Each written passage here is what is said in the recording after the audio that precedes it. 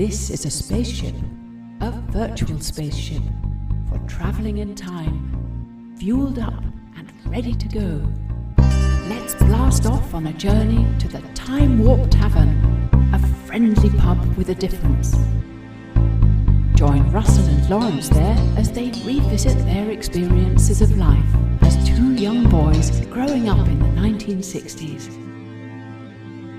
5, 4, 3, 2, 1, 0. All engine running. Liftoff. What will they be talking about today? Comes there, do they? No, so why did they bother with that inside? That's right. Yeah. And every now and then it would go back to a scene falling off and it would just kind of hanging on. And Talking about sweets and confectionery and that. Another thing which really brings back childhood is children's TV. children's TV. What's your earliest memory of children's TV? Well, if you're sitting comfortably, then I'll begin.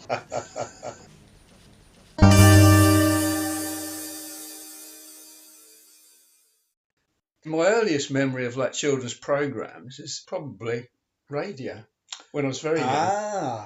Okay. Listen with Mother. Yes. Do you remember that? Yes. Daphne Oxenford. Yeah. And do you remember the little chime bar thing? How did that go? Doom, doom, doom, doom, doom, doom, doom, doom. Oh, good God. If I hear it again now, it almost makes me feel like I'm back in the womb. Yeah, absolutely. It was 1:45, wasn't it, lunchtime? Because Yeah. my mum used to put it on for me this is preschool I'm talking about. Yeah. And it was in the days when there was still a lot of stuff on radio and the last days of Children's Hour, I think. Yeah. Well, for me, there was a little bit of an overlap. We had this old, I think it was Ferguson 405 line TV, but it also had a radio in the top. Oh. And a little Did it? lid that came up. Really? And on the top, you could see all the valves glowing orange, and it's really hot. A TV with a radio in A it? TV with a radio built onto the top. That's yeah. fascinating. Didn't know there was such a thing. And you would look down, and it would have places you'd never heard of, like Hilversum, and Oslo, Yes, Riga, and Budapest. Yeah. So I'm probably talking 1960, 1961 maybe. Yeah. I'm 3 or 4 years old, Yeah. preschool. Yeah, because until I was about 7 years old, we shared a house with my grandparents. So I used to watch their television. So I only had limited access, at certain times of the day, and it was mainly Watch with Mother when I was very young. Yeah, when Watch with Mother came on, I can hear my mum vacuuming in the background or doing the washing with her hot point. Oh, right, yeah. I don't know how it became established, but weekday mornings, 10:40, my mum would sit me down in my nan and granddad's front room, and they would switch on the TV because it took 5 minutes to warm up. Yeah. And I would wait for Watch with Mother to come on at 10:45. So she'd go out and she would make me a lettuce sandwich. Lettuce sandwich. And that was something I had. And she would sit down and have her 11s and she'd sit and watch it with me. You see, I'm very impressed by this because my parents had no idea what I was watching. I would watch, Watch with Mother, and the TV was my mum. Right, she didn't sit with you then? No. So the deprived childhood then? Well, I suppose so. I was quite happy, Yeah. I was sitting there absorbing all this stuff. The presenters were my parents, really. But she'd be in the kitchen listening to Housewife Choice. Yeah. And Music While You Work was still on at that time, wasn't it? Yeah. Yeah, the first daily schedule I remember for Watch with Mother was Monday Picture Book. Yes. Tuesday Andy Pandy. Yeah. Wednesday Flower Pot Men. Thursday Ragtag and Bobtail. And Friday the Wooden Tops. Okay, now here's a challenge then. Okay. How would you rate them in order of importance? Well, of course, my favourite was always Ragtag and Bobtail. Well, me too. And the thing was, there was a hedgehog, wasn't there? Yes, and there was right, like a hare or rabbit thing. Yeah, that's right. And he kind of lived in this little oval-shaped little cave. Right. And I used to think, I'd love to live in there. It looked like a nice cosy blanket. That'd be Really nice. secure as a kid, yeah. It had like a sort of world that you could inhabit, didn't it? You wanted to sort of step into that world. I don't know what it was about that. I absolutely loved Ragtag and Bobtail. It was definitely number one. And it's been really forgotten in comparison to some of the others these days, isn't it? Yeah. Now, number two for me would be Picture Book. That was good. I enjoyed that. And the rather prim lady with Sausage Dog. who sounded a bit like the Queen. Isn't he a clever dog? Yes, that's right, yeah. She used to do this thing where she would have a scene and there'd be like trees, and a little pile of sand, and a few cows and sheep dotted around. Yeah. And you had to do this thing where you had to shut your eyes. Yeah. And she'd remove one of the items. And then when you opened your eyes, you had to guess which item had been removed. You're testing kids' powers of observation. Yeah, Isn't it? and of course it's really tempting to look through your fingers. Yeah. Because she wouldn't know, would she? No, she wouldn't, but you'd somehow think that she would. Yeah. Of course, Picture Book had Busy Lizzie in it, didn't it? Busy Lizzie, yes. She was always allowed 3 wishes. Yeah, that's right, yeah. In order to engage these wishes, she had to touch a little flower. And then if she asked for more, all the wishes would be removed. So there's a moral to the story. Don't be greedy, kids. Yeah. I think it was in Picture Book. The Jolly Jack Tars. That's right, yeah. And one of them had a big moustache. It's like a little insert, wasn't it? It reminds me of that horrible thing in the amusement arcade, you know, where there's like a sailor. Oh, the Laughing Sailor. Yeah, with sort of clown's makeup on his face. It's very scary. It used to just writhe around and used to wriggle in this glass case. Creepy. Nothing jolly about that, Jack Tar. No. And then Friday, of course, there was the Wooden Tops. I like the Wooden Tops. I liked them too. And the thing I loved about the Wooden Tops was you had that like white picket fence, and in the distance there's like these rolling green hills. That's right. And it looked really inviting, didn't it? I'd love to go over that fence and go into those hills. Step into that world, yeah. Yeah. You used to wonder what was beyond that hill, didn't you? Yeah.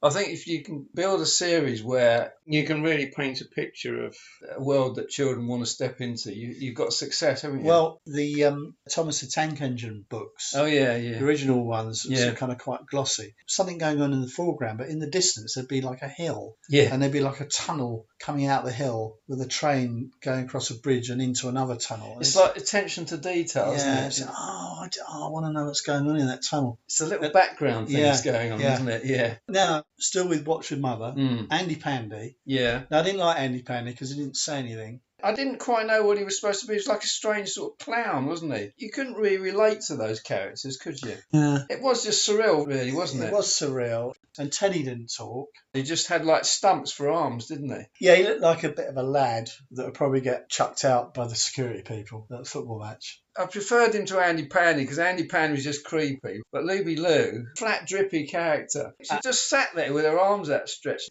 I didn't feel very cosy about it. What a strange set of role models for children. Yeah. And then you got almost a second generation of Watch With Mother programmes coming in. Tales of the Riverbank. Yes. And then Joe. Joe. Yeah. That was quite contemporary, wasn't it, for Watch With Mother? It was, because he lived in a transport cafe, didn't he? And it got some criticism at the time, implying it was somehow unsuitable for children in a way, because it was too real. But I liked Joe. I thought it was a good one. I liked Joe. Joe would always make a mistake, wouldn't he? He would always do something wrong. That's right, yeah. And then his mum would say, "Oh, Joe," like that. And then the classic, every episode, Joe felt like crying. That's right, yeah. And a little tear ran down Joe's face. But then you had Pogue's Wood, of course, you know, which was... Pogue's Wood and Plant. Oh, Plant. Drinking Bilberry wine. Yeah. And they used to just pour it into his roots. And Tog. Tog, yes. So I had a friend who thought that was his name. It wasn't his name, he was a Tog. Yeah. One of the big notable series was Kenwick Green. Yes. That kind of set a template, didn't it, really? Yeah. Because you had that in Trumps and Chigley. But to me, it still retained the old-fashioned sort of charm. Yeah, but Windy Miller, I mean, it used to amaze me how he used to walk through the sails of that windmill, and I always missed him every time. So close, wasn't it? It was, wasn't it? It was choreographed. Health and safety. Yeah. One of the things I'd never sort of quite understood at the time, when there was a fire and the fire engine went out, they were on their way to an emergency, and they're doing about 2.5 miles an hour down the road, and it was just barely moving, you know. I think it might have been Will Hay, actually, and he used to say, "Keep the fire going till I get there," sort of thing, you know,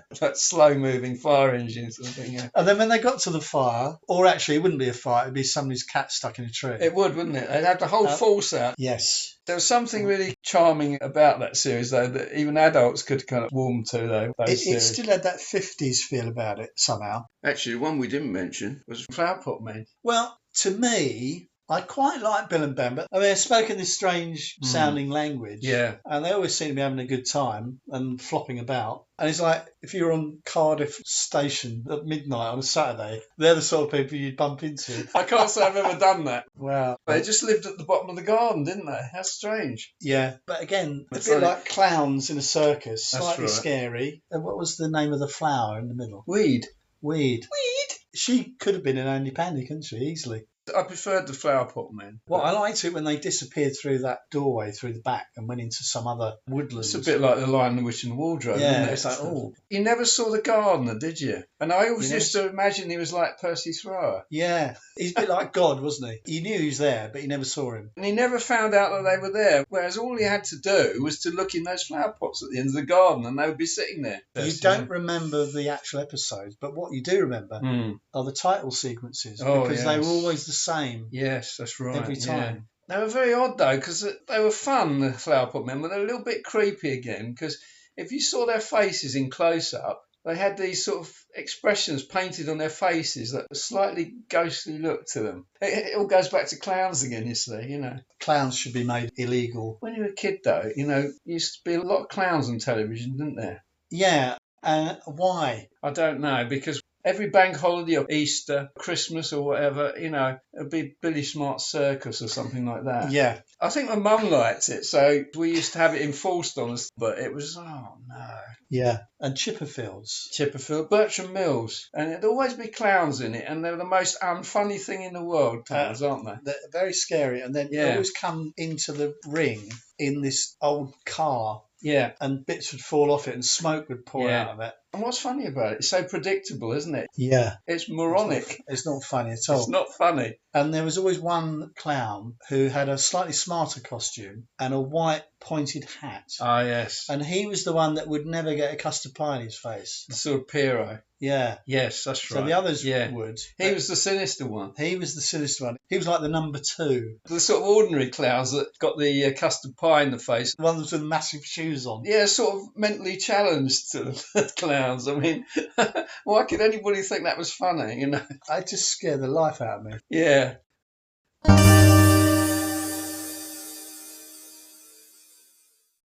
After watching Mother in the morning, the next time I had access to television would be in the afternoon, 4:45 for small time. Yes. That was like ITV's equivalent to Watch With Mother, wasn't it? So TV would get put on for me about 4:40. So I'd watch the start-up sequence every day, you know. Yeah. So you'd have one of the main programmes was the musical box with Wally Whiten. Oh, yeah. He was good Sunday afternoon material, wasn't he? Yeah. Let's be honest. I suppose he was more of a folk musician. He was in a skiffle group in the 50s. You wanted him to rock it up a bit, didn't you? Yeah, but he was just that little bit too old, wasn't he, for the beat thing by the mid-60s. He was a little bit, You know, wasn't he? and so he used to wear cardigans, and it was an acoustic guitar rather than an electric, wasn't it? You know, It was all a bit Christian, wasn't it, really?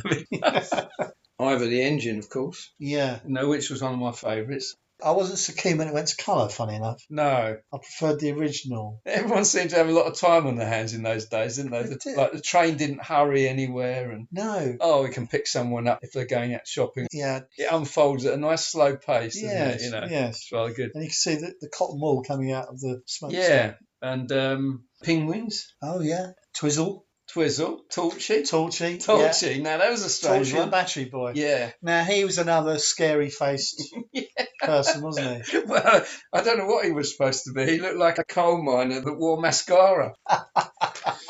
Yeah, he looked like he spent the weekend in Amsterdam, didn't he? Very strange, wasn't he? And when his batteries got low, he used to sort of barely talk. Did you get a bit emotionally involved in it? Well, I sort of did. I used to feel quite sorry for him. You had Andy Pandy, and then you had Torchy, which, I mean, the sort of androgynous type characters. They were. It was all Roberta Lee, wasn't it? I mean, she did Sarah and Hopperty as well.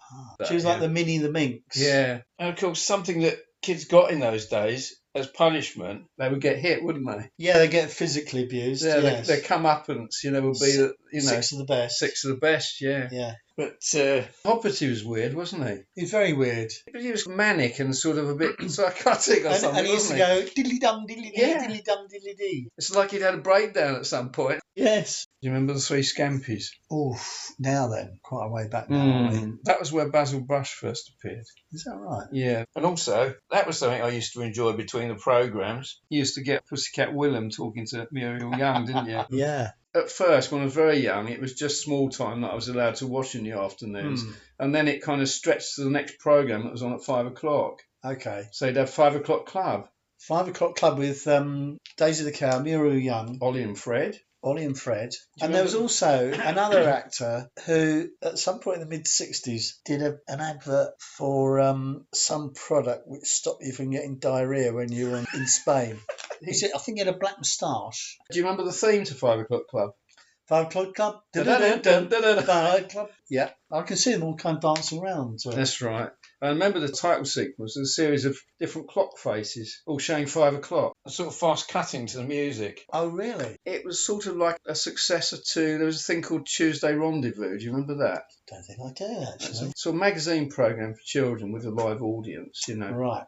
rediffusion. And then 5 o'clock club started, and that ran to 66. Okay. Yeah. Oh, it's a bit later than I thought, though. But it had quite a lot of good bands in 5 o'clock club in the Oh, studio. right. Blimey. There seemed to be this emphasis on puppet type entertainment. Oh, didn't there? yeah, and loads of them, yeah. It was all puppets, wasn't Yeah. it? Do you remember a series called Rubovia? I don't think so. Puppets, but they're sort of like folk tales. Right. But probably at that time, the main focus of puppets were the Jerry Anderson series. Of course. Supercar. Yeah. It was the first one that sort of tapped into the space race thing, wasn't it? Yes. First one I really remember to any degree was Fireball XL5, you know. Yeah.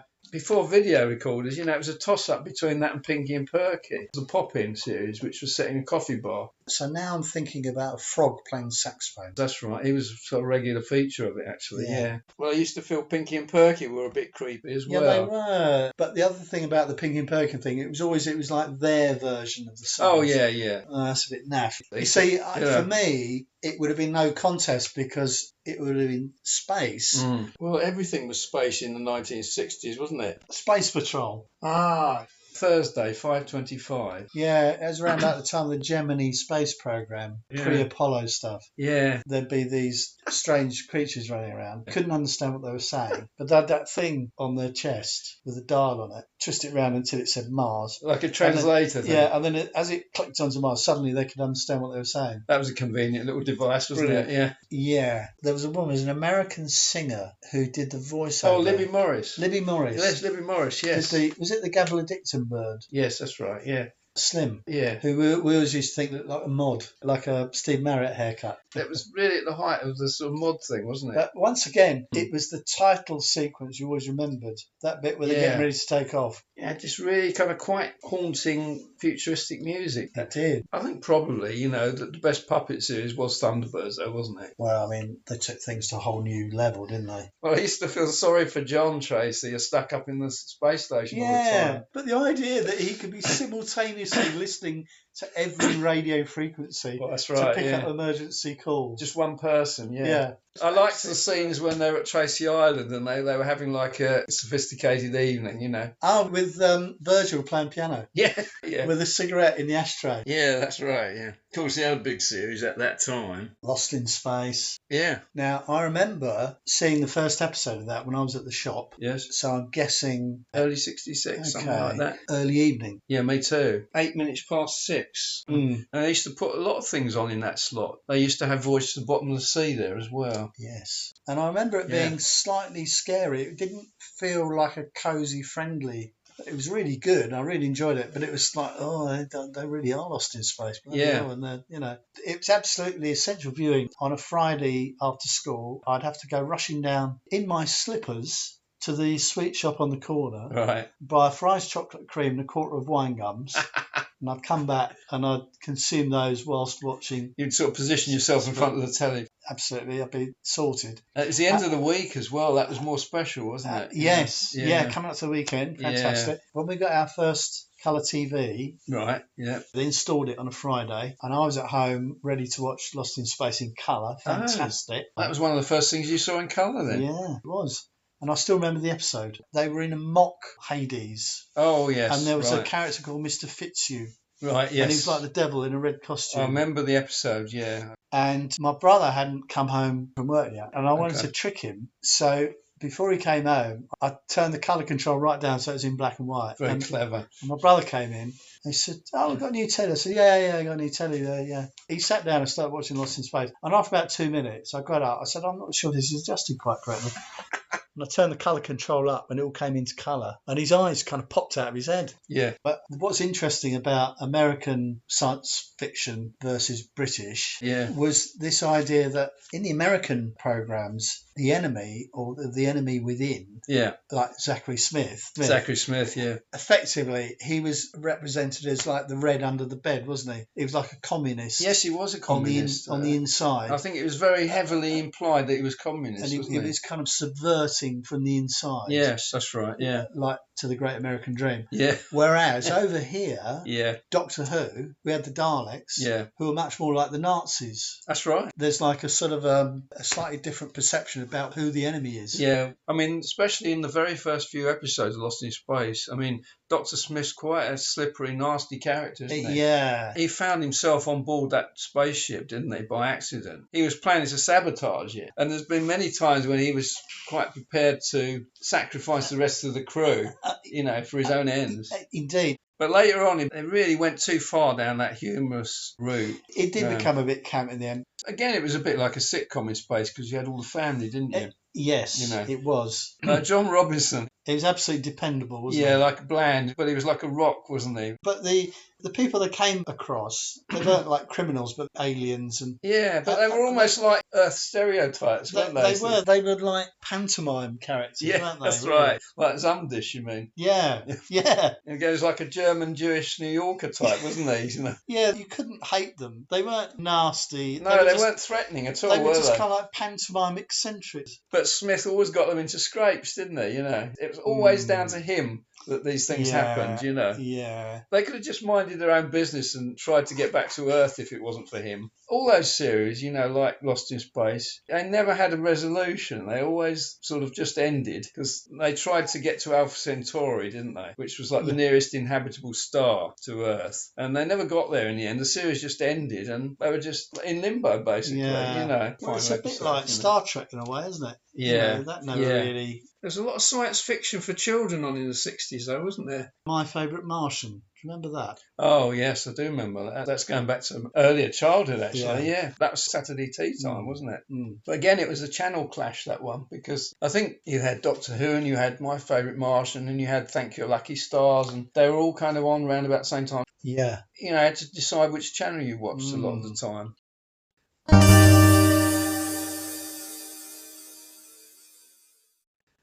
There was quite a divide, wasn't there, between ITV and BBC? BBC children's programmes were a bit more sort of worthy, weren't they? A little bit starchier, a little bit more formal, but you always sort of felt that you could kind of depend on them. Yeah, that's right, yeah. I mean, what typifies that sort of worthiness?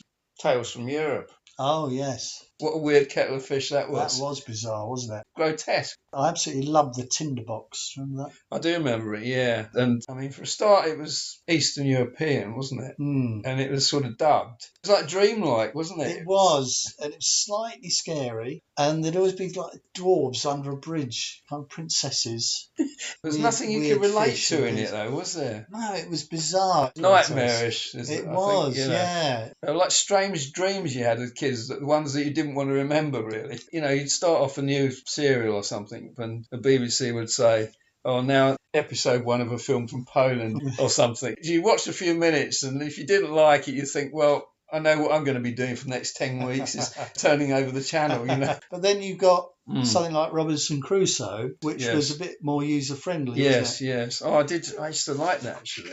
I used to like that kind of fantasy of living on a desert island. If it was a nice warm island, you're by the coast. Yeah. And building your own house and furniture and stuff. Well, I used to be quite fascinated by this bit in Robinson Crusoe where he would go out to the ship that he'd been shipwrecked in. Yeah. And he would kind of take some of the stores out of there. barrels of drink and boxes of stuff. And I used to think, oh, that must be brilliant. Imagine if you found a ship where you could... Yeah. It's a bit like in the Beano, Yeah. when they have a big slap-up meal and they've got like piles of mashed potatoes, sausages all coming out of it. Yeah. It's like forbidden treasure, isn't it? Have you ever had that thing with like mashed potato with sausages sticking out of it? I have, actually. They used to sit there with the knives and forks, sort of standing up to attention. They used to hold them waiting for the plate to arrive, didn't they? Yeah. Oh, another programme, actually, for kids that probably deserves a distinction, actually, is the first homegrown Saturday morning show. Zocco, that's right, yeah. Score, 10, speed, ride. It was a pinball machine, wasn't it? And it used to link all the different features in the programme. Skein. Quite psychedelic, really, wasn't it? Just before Grandstand. Yeah. It was a bit suited to the BBC, wasn't it, really? It had that sort of slightly educational air to it. Yeah. Crackerjack. Well, Crackerjack was very BBC, wasn't it? I mean, it had pop acts, but it still had a touch of worthiness about it. It was really still 1950s variety, really, wasn't it? Peter Glaze, it was like an end of the pier act, wasn't it, really? Peter Glaze. And I used to think it'd be a great idea. But, people, if they're having a birthday party, they'll have like a strippergram or something. Yes. And I thought it'd be a brilliant idea to have a Peter Glazer-gram party. How would that work? Well, the way it works is you turn up at somebody's party and you set up a trestle table worktop bench. Right, yeah. You have a bucket of wallpaper paste and a roll of wallpaper, and you attempt to do some wallpapering and it all goes wrong. Yes. You end up with your foot in the bucket. Yes. Talking about shows with a live audience, you remember Little Big Time? Yes. And what was the other one that came from the City Varieties Theatre in Leeds? Oh. Junior Showtime. Oh, yeah. Oh.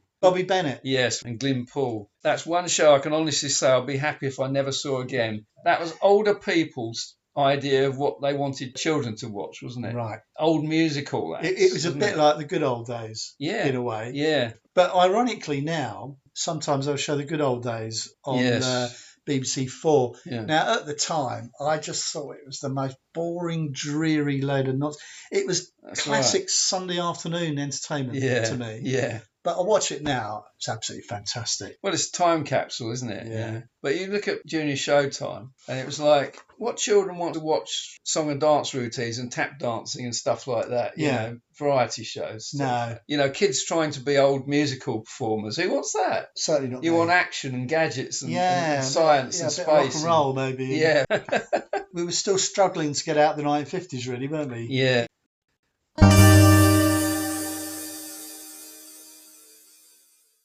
Something which often used to be shown in that 5:25 slot on ITV. Cartoons.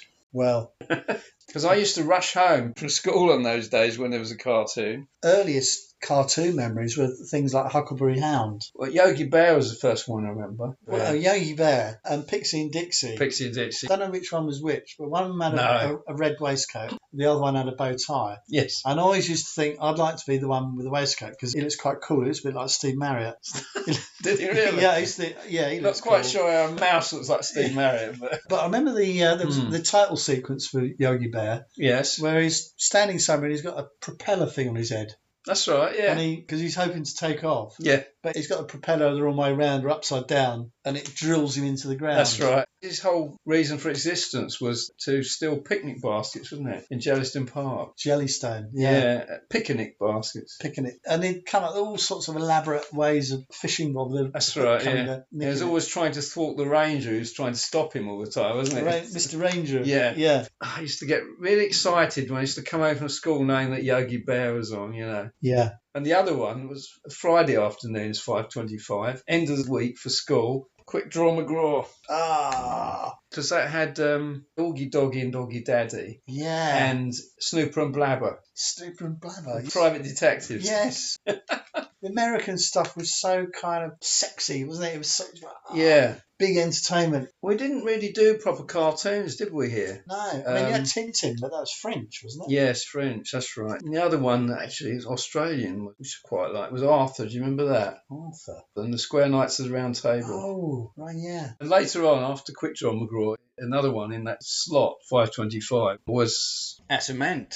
Oh, Atamant, yes. And all the other cartoons that went with it. Hillbilly Bears. Yeah. I can still see him coming off his tandem and getting stuck in a letterbox for some reason. That's right, yeah. That used to absolutely crack me up, the Hillbilly Bears, Yeah. because you couldn't understand a word he was saying. My dad used to like that as well. It's like a cartoon Beverly Hillbillies, wasn't it? Yes. Precious Pup was the other one in Precious Pup. that. And then that was followed by Secret Squirrel, which I absolutely loved. What an agent was a squirrel. He's got the country in a well. What's his name? Secret Squirrel. Shh. He's got tricks up his sleeve. Most bad guys can't believe. Yeah, that's right. Bulletproof coat, a cannon hat. Machine gun came with a rat-tat-tat-tat.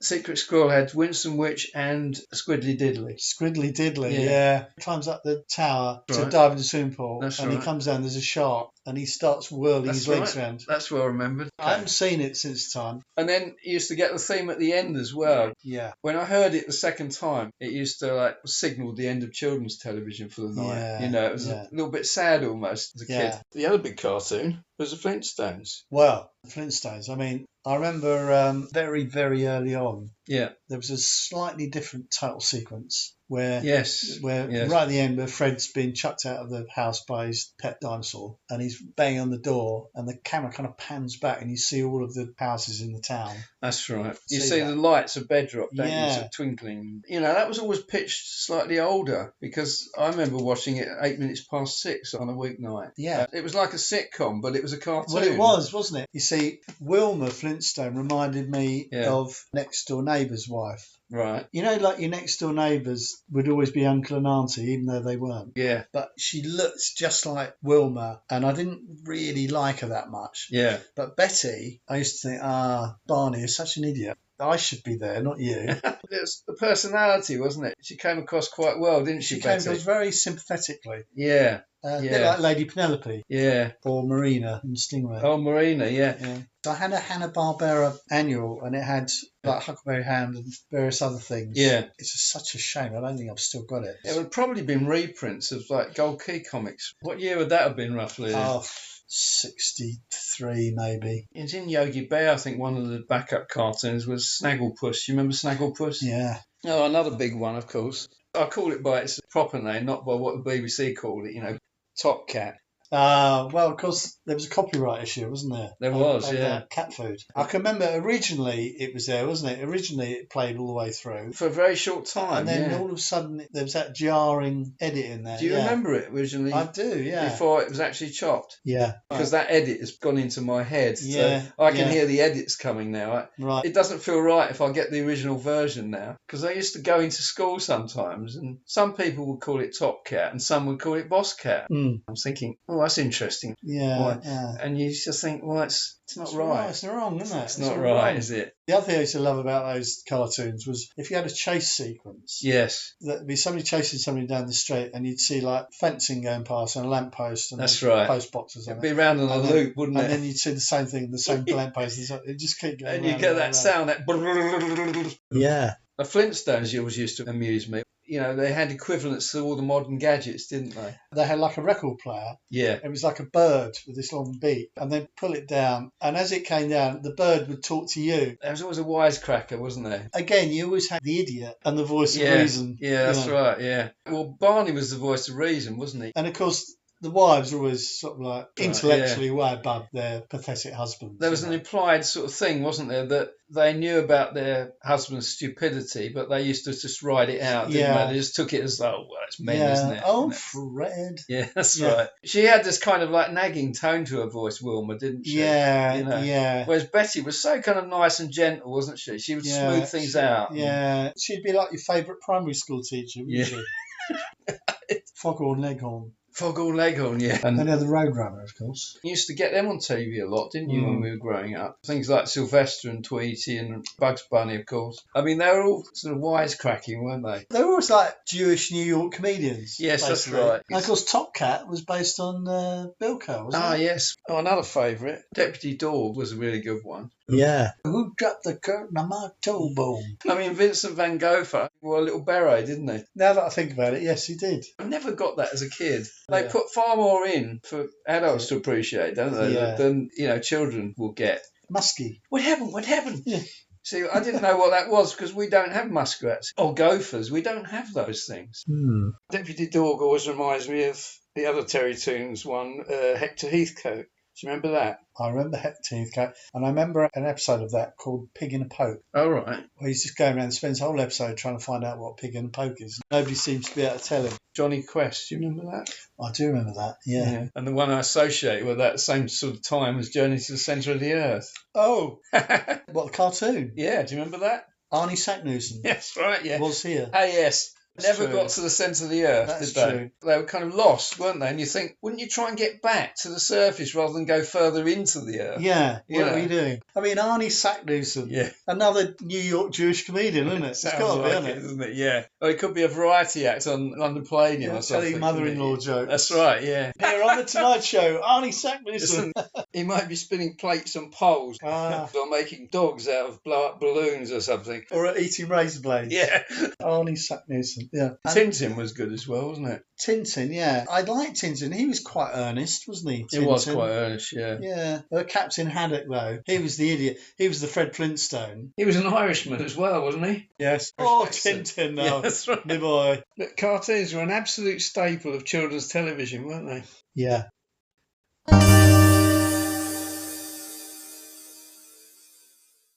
That's another category, actually. Magazine programmes. Tom Tom and Tom Tom. Treasure House. John Earl and Jeremy Carrad. Jeremy Carrad. Treasure House. Do you remember Serendipity? Serendipity, yeah. So this was something I was talking about to another friend recently. It was like a metal dog, a bit like K9. Oh, what period? 64, 5, something like that, I should think. Like a metal dog, like a computerised dog. And it sat on a podium in the studio. Yeah. It used to swivel round and they would talk to it and they would ask it questions, about science or general knowledge things. And it would like feed out ticker tape, give them an answer or something. And it would link to another feature in the programme. Ah. I used to be fascinated by it, Yeah. Probably the most famous magazine programme though.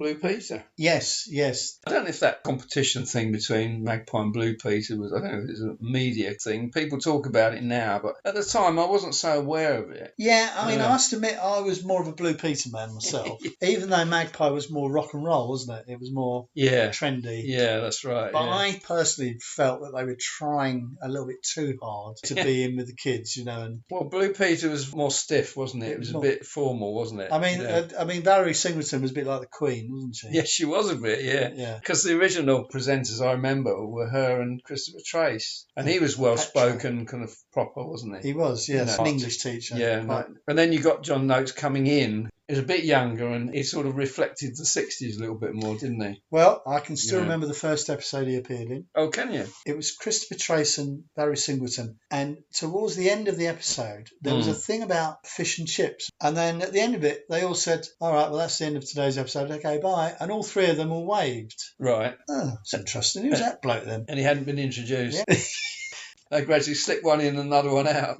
I must admit, I did quite like Magpie. I liked Susan Stranks. Yeah. I think she was more in the sort of Val Singleton mould, really, but they tried to make her more trendy. They tried to sex her up a bit, but I She don't had think a- it was natural for her.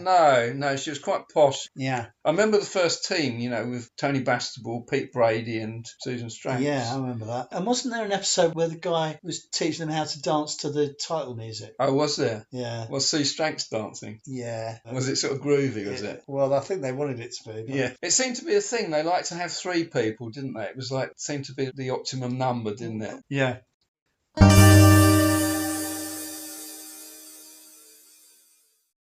Talking about things which would be appreciated by adults, which children wouldn't get. Mid-60s, of course, very big one. Batman. Oh, Adam West, yeah. That was always a must-watch, well, I remember being in tears one day. I came home from school Yeah. and Mr. Battersby, who's a friend of the family, who's a painter and decorator, was decorating the front room. And he'd finished his day's work, but Right. he'd covered everything in white sheets. Well, including the television. Including the television, Oh. which he was going to leave in place until the next day when he came back to finish off. Yeah. I said, but Batman's on. Well, no, you can't see Batman. and I had a bit of a tantrum. So my parents relented in the end. But it was Yeah. like, what are you talking about? I've got to watch Batman. Yeah. I can't not watch Batman, you know. It'd be like the end of the world, wouldn't it? Oh, If, you know, God. yeah. I remember Batman had just started in that summer of '66. Because it was on twice a week, wasn't it? It was 2 episodes, 8 minutes past 6. And a few weeks after it started, I think it had been 3 or 4 weeks into the run, we were due to have our customary 2 weeks holiday by the sea. And I can remember thinking, that means I'm going to miss 2 whole weeks of Batman, which was 4 episodes, you know. Yeah. And I mean, I loved going to the coast, but also I thought, I'm going to miss Batman. Oh. There's no way you could record it in those days, you know. No. So many things you had to choose, didn't you? Oh, no. What did you watch or not? That was an absolute nightmare, wasn't it? Well, I can still remember the very first episode of Batman I watched, which had the Riddler, but the one I loved to hate was the Joker. They were all kind of mentally unbalanced psychos, weren't they? And I used to love it. The punch up at the end. Yes, and the Joker would get his comeuppance. Yeah. And I said, yeah. Catwoman, Julie Newmar. Oh. And then suddenly she was played by Eartha Kitt. Oh, that didn't work at all, did it? And it was Eartha Kitt being Eartha Kitt, wasn't it? Yeah. She wasn't trying to be Catwoman. No. But Catwoman, you know, the character, I mean, she used to come on to Batman really seriously, didn't she, a lot of the time, you know. And I'm thinking, well, you know, if Julie Newmar was part of the deal, if that was me, I think I'd consider a life of crime, actually. I would have back-caved in. Yeah, I think I would. It didn't make me laugh at the time, but it does now. They couldn't work out that Batman was Bruce Wayne, you know. Yes, and when you go and see Commissioner Gordon, it's so obvious. Yeah. And when the butler, Alfred, had to be Batman, they still couldn't work out that it wasn't Batman. It's like his physique is completely different. They painted his moustache out, you know, whited it out so it was the colour of his face, as if like they couldn't see he got a moustache. Yes. But I used to love the Batcave with all these descriptions of what everything was. I had a Bat computer and... yeah, that's right, yeah. So if one of the kind of super villains broke into the Batcave, they'd just be telling them exactly where everything was, wouldn't they? I mean, visually, they've actually gone to a lot of care to make it look like the comics, you know, all the angles and sound effects. And Now, if your parents were laughing, you'd be annoyed, wouldn't you? Yeah. I remember my dad, because he liked thrillers and mysteries and detectives, and he liked things like Sherlock Holmes and that. And you could sort of see that Batman was a bit like that, solved crimes and that. Yeah. But on the other hand, there was a bit of silliness about it, you know, because of the costume and everything. And he couldn't be bothered to call him by his proper names. He used to call him Batman. Batman. Batman's on tonight. And it sounded like a cricketer or something, you know. Not Batman, it's Batman. Was there Batman. Yeah. Of course, we were watching it in black and white. Yeah. And then, of course, the Batman cards came out, didn't they? Yeah, they did. Which I've still got. And there's one of them, and the Joker's there, and he's got his sort of like pink suit on. That's right. And green hair. He hasn't got green hair, he's got grey hair. We saw everything in shades of grey, didn't we? Yeah, that's right, yeah. Yes. The Batman film came out in '66 as well, didn't it? The height of it all. Yeah. And there's that scene, you know, where he's trying to dispose of a bomb. On that pier, yeah. And he's running around with his bomb and he can't drop it over the side because there's a fishing boat there or something. Yeah. And there's a Salvation Army band or something. Oh, that's right, yeah. And he's running up and down. And I remember being in the cinema watching this and the audience is laughing and I'm thinking, don't laugh, is this serious? And then there's another scene in that film where they end up on this, like, a buoy floating in the sea. And they end up tied to it. And there's a torpedo coming towards them. That's it. They're going to die. Yes. And then it just cuts to this scene where you see them getting off this buoy thing. Oh, that was a close call. Isn't it amazing how that dolphin was prepared to lay down his life to save ours? Because you had the bat signal in the sky, didn't you? Of course. That used to puzzle me because I think, you know, how powerful must that bulb be, you know? And then Commissioner Gordon would be in his office and he would see the bat signal up in the sky, you know, or the bat phone would ring under the cheese dish in his office.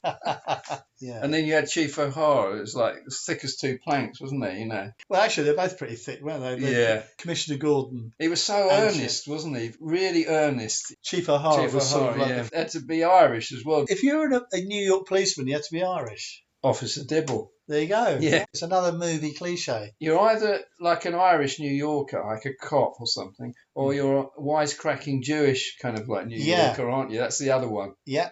It's funny because like Batman, the TV series, almost represents the passing of my childhood. Yeah. That 3 years when it was on during the 60s, so much had changed in the world. Yeah. When that series ended, I came out the other side of it. I saw the first signs of my childhood passing, and something had sort of changed permanently. I think you're right.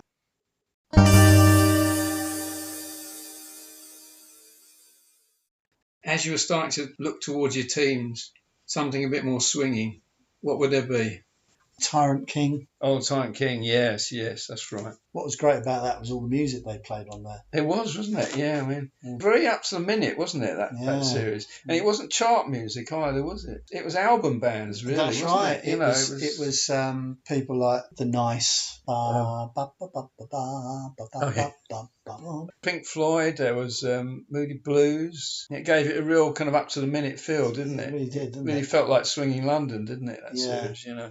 Then there was Freewheelers a bit later on as well. Yeah, Freewheelers. I mean, that was another one. It was like teenagers getting into scrapes this time, wasn't it? And the teenagers always known better than the adults. They were always put in positions of great trust, weren't they? You know, even though they were ordinary teenagers, they were the ones that were exclusively allowed access to like a secret research establishment or something, you know. But as long as they promised not to tell anyone, you know, what they'd seen there, it was all right. It was sort of all right, yeah. Yeah. Because on the Saturday morning, there was the banana splits. I liked certain parts of it, you know. Well, there was something else going on around about the same time. I don't know if you remember this. Yeah. And I reckon they used the Cracker Jack audience. This is in like a BBC theatre full of young kids. It had a live audience. A live audience. Yeah. And it was a Rolf Harris series called We Want to Sing. Oh, yeah, I remember the name, yeah. And it was just Rolf walking around the audience, singing songs, and everybody's singing, they're like pop songs. And then immediately after that was a short-lived series with Patrick Moore called Seeing Stars. Oh, yes, I remember the name of that. Which was like a children's version of The Sky at Night. It didn't last very long. It obviously wasn't very popular with young kids. There was also Orlando and Sexton Blake and Do Not Adjust Your Set, of course. Yes. You know, when I was just coming up to teens, those were the sort of programs I used to prefer to watch because they were more about young adults rather than about kids, weren't they? You know? Yes, and you could imagine yourself being them. That's right, yeah. About the same time, you also had things like Joe 90, which I thought, it was like, you know, stepping back to childhood almost, like swatty kids again. Yeah. You always aspired to be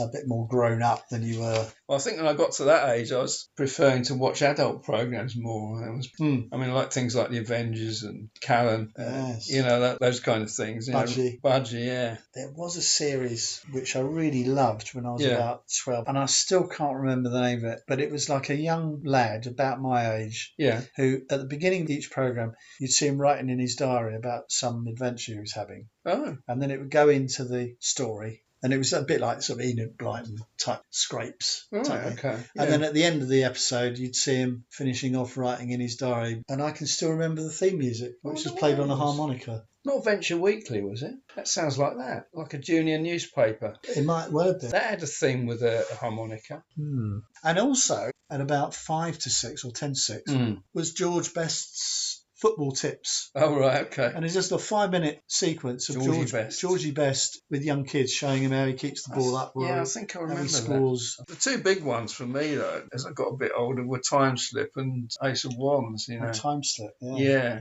I mean, you think about the storylines of Time Slip, you know, about global warming and cloning and intelligent. When did you actually start to sort of lose interest in watching children's television? I reckon that was probably around about the time. It would have been not long after Zocco. Yeah. Around about that time, I was sort of losing interest in children's TV and football and gaining interest in music and cider and girls. Yes, that's right. Yeah. So there was a bit of a crossover period. It was quite awkward, wasn't it, when you're going into teens because you weren't quite one thing or the other, were you? No. I remember Scooby-Doo coming on and thinking, I can't really get into this. I feel a little bit... That's exactly what I was thinking. Yeah, that was at the point where I was just starting to think, I want something a bit different now. Again, I was starting to be self-conscious about watching anything that was deliberately aimed at children.